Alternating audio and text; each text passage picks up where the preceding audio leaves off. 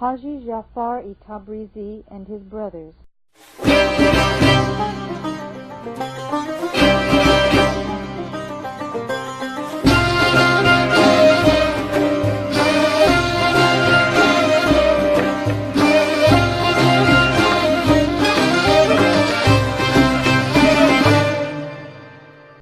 There were three brothers, all from Tabriz: Ḥájí Hassan, Ḥájí Jafar, and Ḥájí Taqí. These three were like eagles soaring. They were three stars of the faith, pulsing with the light of the love of God. Ḥájí Hassan was of the earlier day. He had believed from the new luminary's first dawning. He was full of ardor, keen of mind. After his conversion he traveled everywhere, through the cities and villages of Persia, and his breath moved the hearts of longing souls. Then he left for Iraq, and on the beloved's first journey attained his presence there. Once he beheld that beauteous light, he was carried away to the kingdom of splendors. He was incandescent. He became a thrall of yearning love. At this time he was directed to go back to Persia. He was a peddler, a vendor of small wares, and would travel from city to city. On Baha'u'llah's second journey to Iraq, Ḥájí Hassan longed to behold him again, and there in Baghdad was once more bedazzled by his presence. Every so often he would journey to Persia and then return, his thoughts centered on teaching and furthering the cause. His business fell apart, his merchandise was carried away by thieves, and thus, as he put it, his load was lifted from him. He was disencumbered. He shunned every worldly tie. He was held fast as by a magnet. He fell hopelessly, madly in love with the tender companion, with him who is the well-beloved of both worlds. He was known everywhere for the ecstasy he was in, and experienced strange states of being. Sometimes, with utmost eloquence, he would teach the faith, adducing as proofs many a sacred verse and holy tradition, and bringing sound and reasonable arguments to bear. Then his hearers would comment on the power of his mind, on his wisdom and his self-possession. But there were other times when love suddenly flamed within him, and then he could not remain still for an instant. At those times he would skip and dance, or again, in a loud voice, he would cry out a verse from the poets, or a song. Toward the end of his days he became a close friend of Jinabi Munib.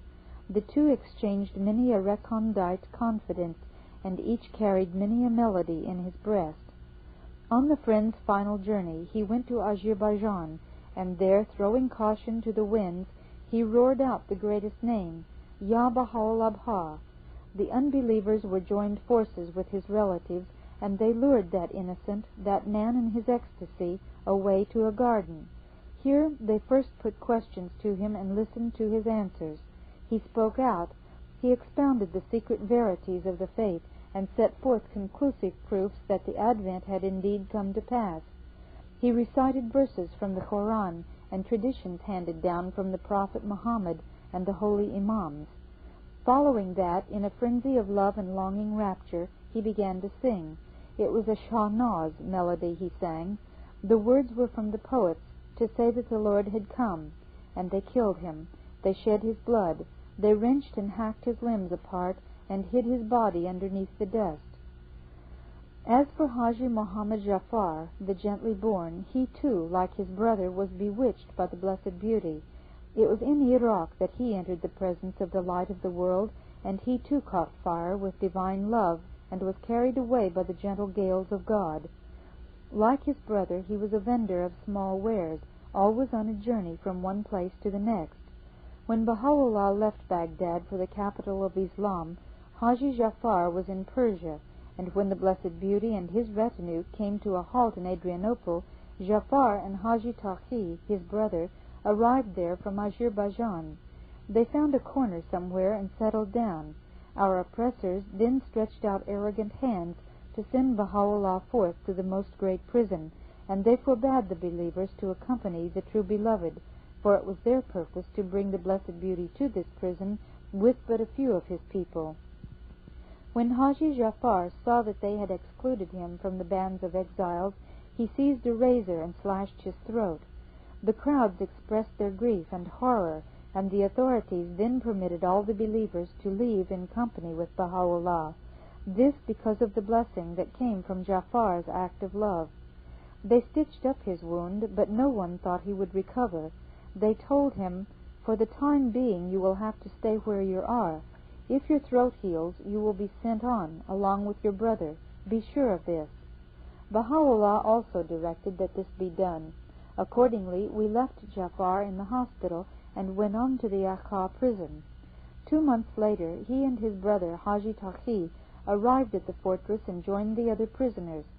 The safely delivered Ḥájí grew more loving, more ardent with every passing day.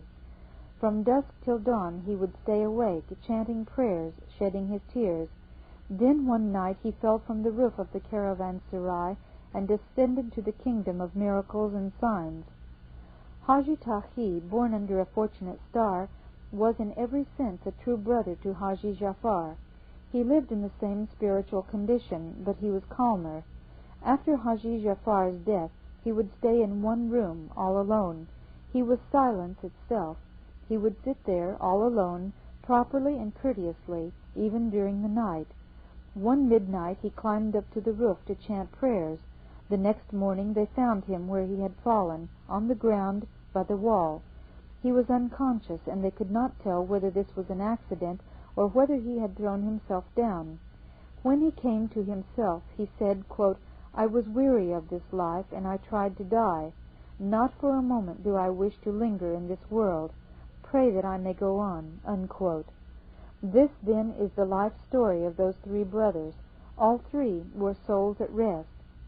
All three were well pleased with their Lord, and well pleasing unto him. They were flames, they were captives of the faith, they were pure and holy, and therefore, cut off from the world, turning their faces to the Most High Kingdom, they ascended. May God wrap them in the garment of His grace, in the realm of forgiveness, and immerse them in the waters of His mercy forever and ever. Greetings be unto them, and praise. Ḥájí Mírzá Muḥammad-Taqí, the Afnán.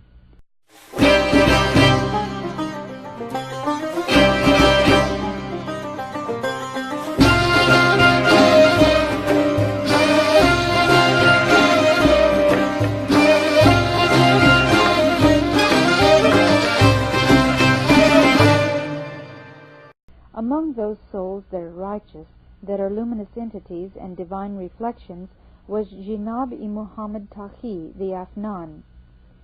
The Afnán are the Bab's kindred. His title was Vakilud Dali. This eminent bough was an offshoot of the holy tree. In him an excellent character was allied to a noble lineage. His kinship was a true kinship. He was among those souls who, after one reading of the Book of Iqan, became believers, bewitched by the sweet savors of God, rejoicing at the recital of his verses. His agitation was such that he cried out, "Lord, Lord, here am I." Joyously he left Persia and hurried away to Iraq. Because he was filled with longing love, he sped over the mountains and across the desert wastes, not pausing to rest until he came to Baghdad. He entered the presence of Baha'u'lláh and achieved acceptance in his sight. What holy ecstasy he had, what fervor, what detachment from the world!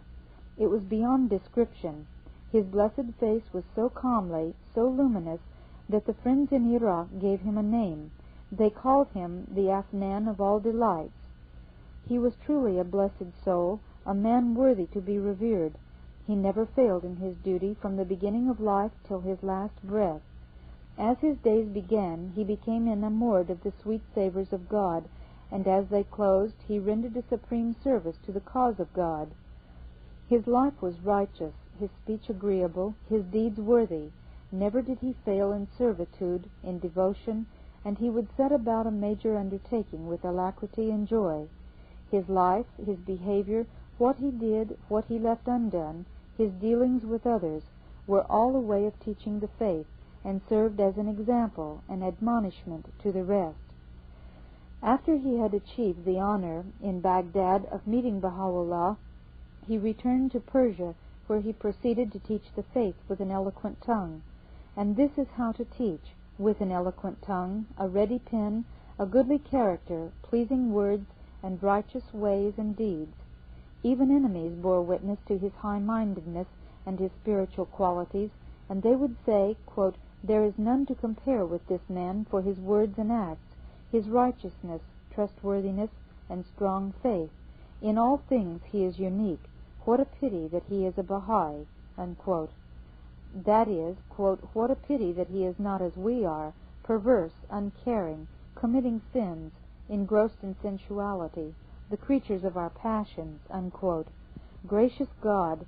They saw with their own eyes that the moment he learned of the faith, he was transformed. He was severed from the world, he began to emit rays from the Sun of Truth, and still they failed to profit by the example he set. During his days in Yazd, he was outwardly engaged in commercial pursuits, but actually teaching the faith. His only aim was to exalt the Word of God, his only wish to spread the divine sweet savors, his only thought to come nearer and ever nearer to the mansions of the Lord. There was no remembrance on his lips but the verses of God. He was an embodiment of the good pleasure of Baha'u'lláh, a dawning point of the grace of the greatest name. Many and many a time Baha'u'lláh expressed to those about him his extreme satisfaction with the Afnán, and consequently everyone was certain that he would in future initiate some highly important task. After the ascension of Baha'u'lláh, the Afnán, loyal and staunch in the covenant, rendered even more services than he had before, this in spite of many obstacles and an overwhelming load of work, and an infinite variety of matters all claiming his attention. He gave up his comfort, his business, his properties, estates, lands, hastened away to Ishkabad, and set about building the Mashri Kharajkar. This was a service of very great magnitude, for he thus became the first individual to erect a Baha'i house of worship, the first builder of a house to unify man. With the believers in Ishkabad assisting him, he succeeded in carrying off the palm. For a long period in Ishkabad he had no rest. Day and night he urged the believers on.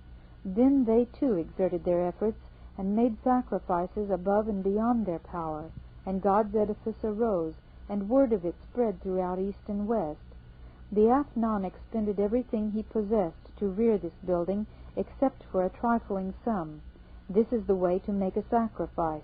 This is what it means to be faithful. Afterward he journeyed to the Holy Land, and there, beside that place where the chosen angels circle, in the shelter of the shrine of the Bab, he passed his days, holy and pure, supplicating and entreating the Lord. God's praise was always on his lips, and he chanted prayers with both his tongue and heart. He was wonderfully spiritual, strangely a shine. He is one of those souls who, before ever the drum beat of, quote, "Am I not your Lord," unquote, was sounded, drummed back, quote, "Yea, verily thou art," unquote. It was in the Iraq period, during the years between the 70s and the 80s of the Hijrah, that he first caught fire and loved the light of the world, beheld the glory dawning in Baha'u'lláh, and witnessed the fulfillment of the words, quote, "I am he that liveth in the Abha realm of glory," unquote. The Afnán was an uncommonly happy man. Whenever I was saddened, I would meet with him, and on the instant joy would return again. Praise be to God, at the last, close by the shrine of the Bab, he hastened away in light to the Abha realm, but the loss of him deeply grieved Abdu'l-Baha. His bright grave is in Haifa, beside the Hazrat al-Quds, near Elijah's cave. A tomb must be erected there, and built solidly and well. May God shed upon his resting place rays from the paradise of splendors, and lave that holy dust with the rains that beat down from the retreats of the exalted companion. Upon him be the glory of the All-Glorious. Abdu'lláh Baghdádí.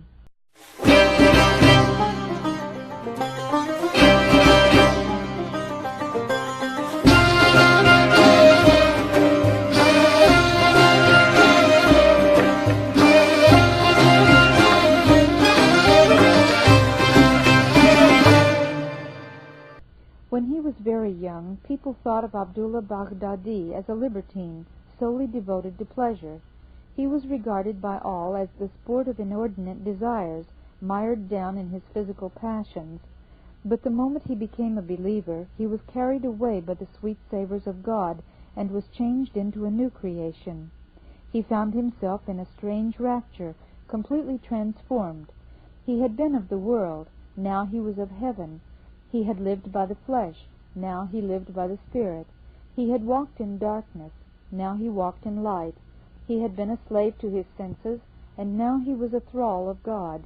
He had been clay and earthenware before, now he was a dear-bought pearl, a dull and lusterless stone before, now a ruby glowing. Even among the non-believers, people were astonished at the change. What could have come over this youth, they wanted to know? How did it happen that he was suddenly detached from the world, eager and devoted? He was tainted, corrupted, they said. Today he is abstemious and chaste. He was sunk in his appetites, but now the soul of purity, living a righteous life. He has left the world behind him. He has broken up the feast, dismissed the revelers, and folded the banquet cloth away. His mind is distracted by love.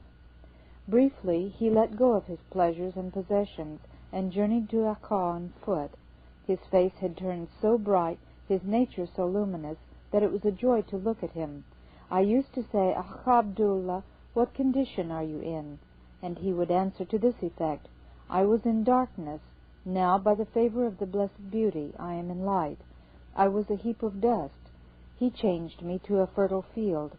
I was in constant torment. I am now at peace. I was in love with my chains. He has broken them. I was avid for this one and that. Now I cling to the Lord. I was a bird in a cage. He let me out. Today, though I live in the desert, and I have the bare ground for my bed and pillow, it feels like silk. In the old time, my coverlet was satin, and my soul was on the rack. Now I am homeless and happy." But his burning heart broke when he saw how victimized was Baha'u'lláh, how patiently he suffered.